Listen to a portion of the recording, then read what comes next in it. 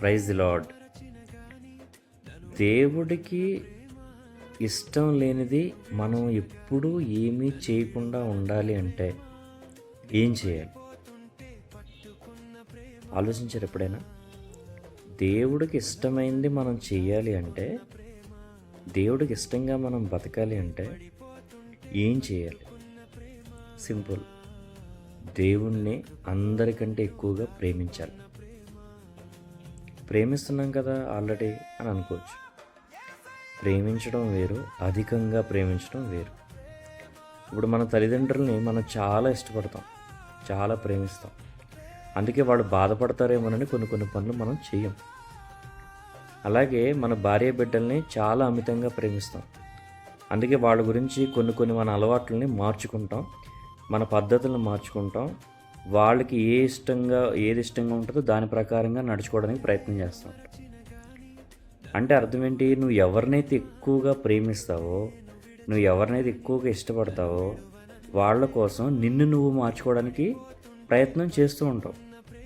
అలాగే దేవుడికి ఇష్టం లేనిది చేయకుండా ఉండాలి అంటే ఈ లోకంలో ఒకే ఒక్క మార్గం, ఆయనని అధికంగా అందరికంటే ఎక్కువగా ప్రేమించడం. అదొక్కటే సొల్యూషన్. నువ్వు ఎప్పుడైతే దేవుణ్ణి అందరికంటే ఎక్కువగా ప్రేమిస్తావో దేవుడికి ఇష్టం లేని పని ఏది నువ్వు చేయవు. అలాగే ఆయనకి ఏది ఇష్టమో ఆ ప్రకారంగా నడవడానికి నిన్ను నువ్వు మార్చుకుంటావు. ఇది నిజం. ఒక్కసారి ఇలా ట్రై చేయండి. దేవుణ్ణి ఎక్కువగా ప్రేమించడం మొదలుపెట్టండి.